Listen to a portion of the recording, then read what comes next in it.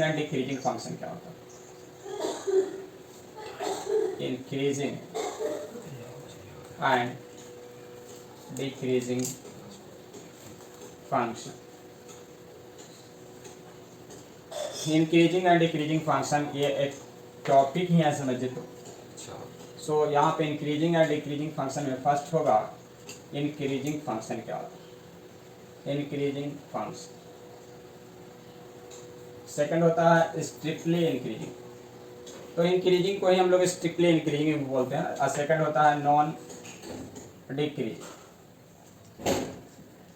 Decreasing function.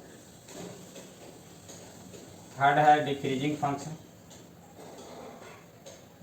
Function, और fourth है non increasing function.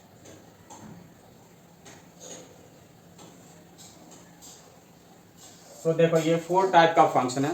Increasing को हम लोग कभी कभी स्ट्रिक्टली इंक्रीजिंग भी बोल देते हैं, स्ट्रिक्टली इंक्रीजिंग। और डिक्रीजिंग को हम लोग स्ट्रिक्टली डिक्रीजिंग भी बोल लेते हैं। ओके, सो ये 4 टाइप का फंक्शन है, इंक्रीजिंग, नॉन डिक्रीजिंग, डिक्रीजिंग और नॉन इंक्रीजिंग। सो इसमें क्या डिफरेंस होता है, ये चारों फंक्शन में क्या डिफरेंस होता है? कोई फंक्शन इंक्रीजिंग फंक्शन है, इस बात का कैसे पता चलेगा? सो मैं यहाँ पे देखो ब्रीफली ही बता देता हूँ। इंक्रीजिंग फंक्शन या फिर स्ट्रिक्टली इंक्रीजिंग,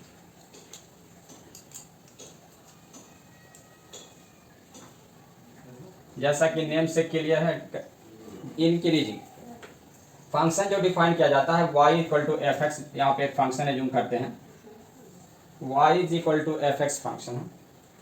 सो x के इंक्रीज करने से अगर y भी इंक्रीज करता है तो उसे हम लोग इंक्रीजिंग फंक्शन बोलते हैं। सो इंक्रीजिंग में क्या होगा, स्ट्रिक्टली इंक्रीजिंग क्या होता है, कहता है if x1 less than x2 imply that f of x1 less then f of x2। अगर x1 x2 से छोटा है तो f ऑफ x1 भी अगर f ऑफ x2 से छोटा होगा, यानी x1 less than x2 then y1 less than y2, और अगर y1 लेस देन y2 देन x1 less than x2। For all x के लिए x1 x2 belongs to domain of f। अगर ऐसा कंडीशन को फॉलो करता then fx is called strictly increasing function, strictly increasing function। समझा?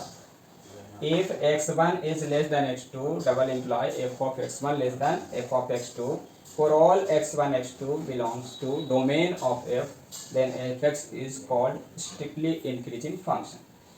अब देखिए स्ट्रिक्टली इंक्रीजिंग में कुछ अगर ग्राफ देखें तो कैसा होगा, इसका ग्राफ अगर स्केच करके दिखाऊं मैं आप लोगों को तो कैसा ग्राफ होगा। तो स्ट्रिक्टली इंक्रीजिंग है, x के इंक्रीज करने से y इंक्रीज करा, तो ऐसा हो सकता है। यहाँ पे x का वैल्यू देखो कम है तो y भी थोड़ा कम है, x का वैल्यू बढ़ा दिया तो y का हाइट भी बढ़ गया, और x का वैल्यू को बढ़ाएंगे तो y का हाइट और भी बढ़ गया। सो इस तरह से हम लोग देख रहे हैं कि स्ट्रिक्टली इंक्रीजिंग फंक्शन ऐसा होता है। सेकंड टाइप का स्ट्रिक्टली इंक्रीजिंग ऐसा हो सकता है, देखिए एक स्ट्रेट लाइन हो सकता है, और थर्ड टाइप का ऐसा हो सकता है कर्व हो सकता है, ओपन अप हो सकता है। तो ये है concave down, but concave down है बट कैसा है, स्ट्रिक्टली इंक्रीजिंग है। ये स्ट्रेट लाइन है, और ये है कनकेव अप, बट तीनों कैसा है, स्ट्रिक्टली इंक्रीजिंग। सो स्ट्रिक्टली इंक्रीजिंग फंक्शन 3 टाइप के हो सकते हैं, कनकेव डाउन, स्ट्रेट लाइन और कनकेव अप हो सकता है। इंक्रीजिंग या स्ट्रिक्टली इंक्रीजिंग फंक्शन ऐसे। अब देखो क्या होता है ना कि डी बाई डी एक्स का एक फॉर्मूला होता है, लिमिट अगर ऐसा लिखते हैं x2 tends to x1 f of x2 minus f of x1 by x2 minus x1। ये देखो डिफ्रेंसिएशन का फॉर्मूला, किसी भी फंक्शन का डिफ्रेंसिएशन का ये formula D by D x अगर हम लोग निकालते हैं एफ एक्स का तो ये आता है। अब देखिए यहाँ पे कुछ और मिल रहा है, यहाँ पे ऐसा कहा जा रहा है कि f x two f x one से बड़ा, ये इससे बड़ा, एक्स टू भी एक्स वन से बड़ा। सो ये भी पॉजिटिव है, ये भी पॉजिटिव है, तो ओवरऑल रेशियो क्या है, पॉजिटिव। न्यूमरेटर पॉजिटिव, डिनोमिनेटर भी पॉजिटिव। क्यों? क्योंकि x2 ग्रेटर x1 और fx2 greater fx1, so this ratio is positive, so differentiation यहाँ पे पॉजिटिव आ रहा है। यानी अगर फंक्शन इंक्रीजिंग होगा या स्ट्रिक्टली इंक्रीजिंग होगा, कनकेव डाउन इंक्रीजिंग हो या कनकेव अप इंक्रीजिंग हो या स्ट्रेट लाइन इंक्रीजिंग हो, तीनों सिचुएशन में डिफरेंशिएशन पॉजिटिव होगा। क्या पॉजिटिव ही होगा? जीरो नहीं हो सकता। डी बाई डी एक्स क्या कभी जीरो नहीं होगा? तो D by D x zero नहीं होना चाहिए इंटरवल में। किसी पॉइंट पे सडनली जीरो हो सकता है, खास करके कभी ऐसा बात कर लें, ये देखो इस तरह का सिचुएशन, उसको हम लोग बोलते हैं पॉइंट ऑफ इन्फ्लेक्शन, जहाँ पे ग्राफ कनकेविटी को बदलेगा लेकिन वो रहेगा इंक्रीजिंग। समझ गया? कनकेविटी को चेंज कर लेता है कुछ इस तरह से, समझिए इस तरह से आते आते फिर ऐसा हो गया। सो इस पॉइंट पे D by D x zero हुआ, लेकिन पूरे इंटरवल में अभी भी फंक्शन क्या है? इंक्रीजिंग।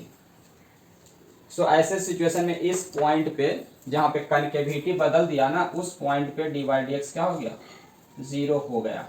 सो ऐसे सिचुएशन में कह सकते हैं कि डी बाई डी एक्स क्या होगा? Greater than equal to zero.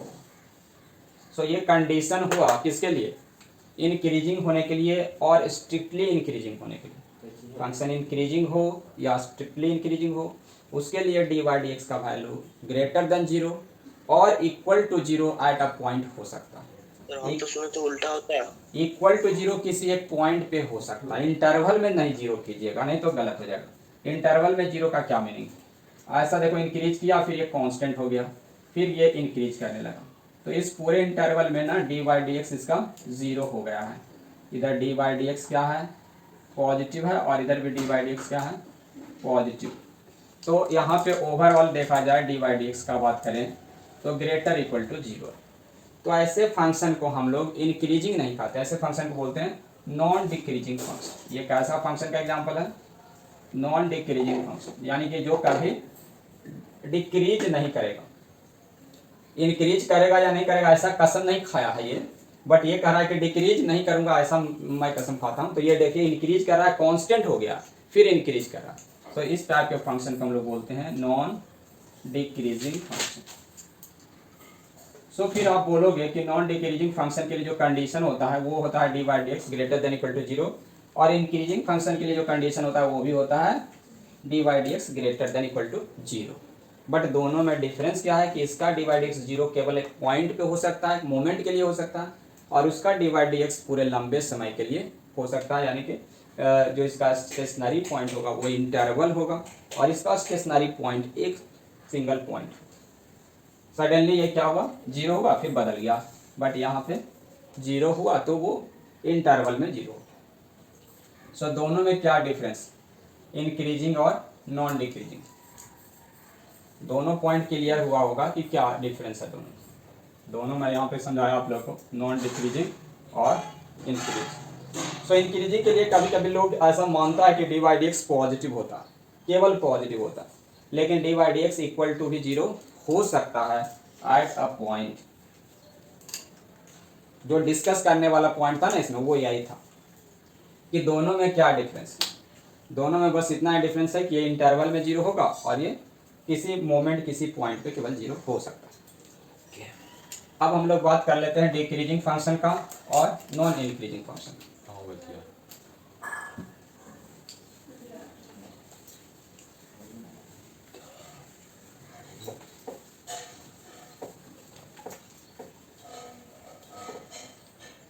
So second type का जो है वो है डिक्रीजिंग फंक्शन।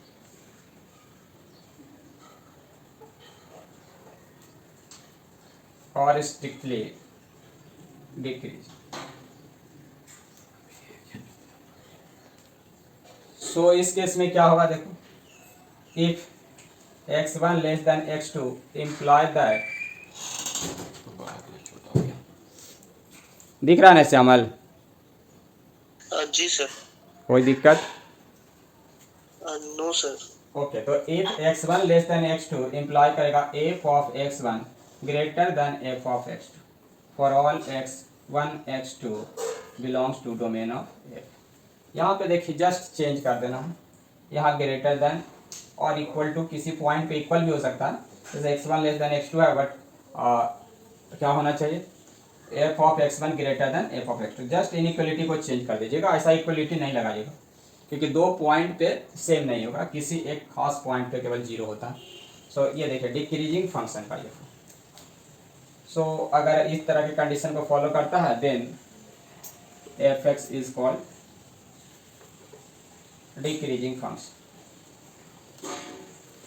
डिक्रीजिंग फंक्शन और स्ट्रिक्टली डिक्रीजिंग फंक्शन। अब इसमें अगर डी बाई डी एक्स देखो तो क्या आ जाएगा, बोलो। लिमिट हो गया x2 tends to x1 f of x2 minus f of x1 by x2 minus x1। यहाँ पे जस्ट देखिए ये इसमें एफ ऑफ x1 ग्रेटर है, ये छोटा है तो ये निगेटिव आ गया डिफरेंस, और यहाँ पे क्या x2 ग्रेटर x1 है तो ये पॉजिटिव आ रहा है। सो निगेटिव बाई पॉजिटिव, तो ओवरऑल क्या हो गया, निगेटिव हो गया। सो इस सिचुएशन में डी बाई डी एक्स क्या होगा, लेस देन जीरो होगा। कभी कभी आप पॉइंट पे बात करेंगे तो इक्वल टू जीरो हो सकता है, zero may be at a point, zero D by D X may be zero at a point but not in interval. Okay, so ये रहा आपका। अब इसका ग्राफ भी बना सकते हैं, जैसे उसका ग्राफ बना है उसका भी बना सकते हैं। ये देखो ऐसा हो सकता है, कनकेव डाउन हो और स्ट्रिक्टली डिक्रीजिंग हो, स्ट्रेट लाइन हो और डिक्रीजिंग हो, कनकेव अप हो और डिक्रीजिंग।